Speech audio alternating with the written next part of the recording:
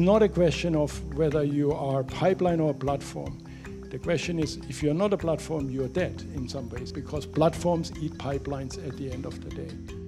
I think the DNA of the modern market is very different from what it used to be. A marketer who doesn't understand science, a marketer who does not understand technology, which are the pipes that get you to the customer, your customer, is just not going to be enough. I think with the pace at which this world is evolving and the role of marketing is evolving, you have to be on your toes, because what we've been doing for years and decades is not going to work anymore.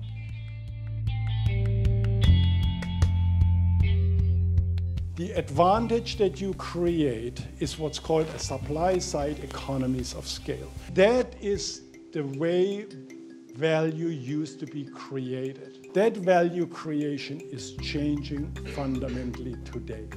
The value is created in the connection and the interaction between you as a consumer who provides the data and the producers on the other side. A platform in this context and the ecosystem is the art and science of connecting data and technology and channel agnostic planning, putting the customer at the center to deliver experiences that matter, that change behaviors.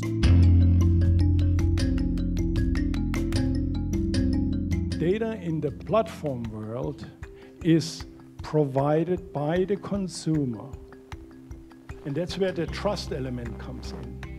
Brands survive on the basis of trust. I kind of come back to this customer centricity, which is the core of all of this. How do you truly bring that to life in an organization? And the idea is you're not just selling products, you're satisfying needs that customers have, and you're offering benefits of different kinds.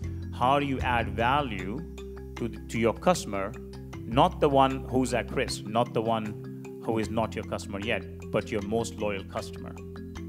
How do you add incremental value to that customer who already loves you?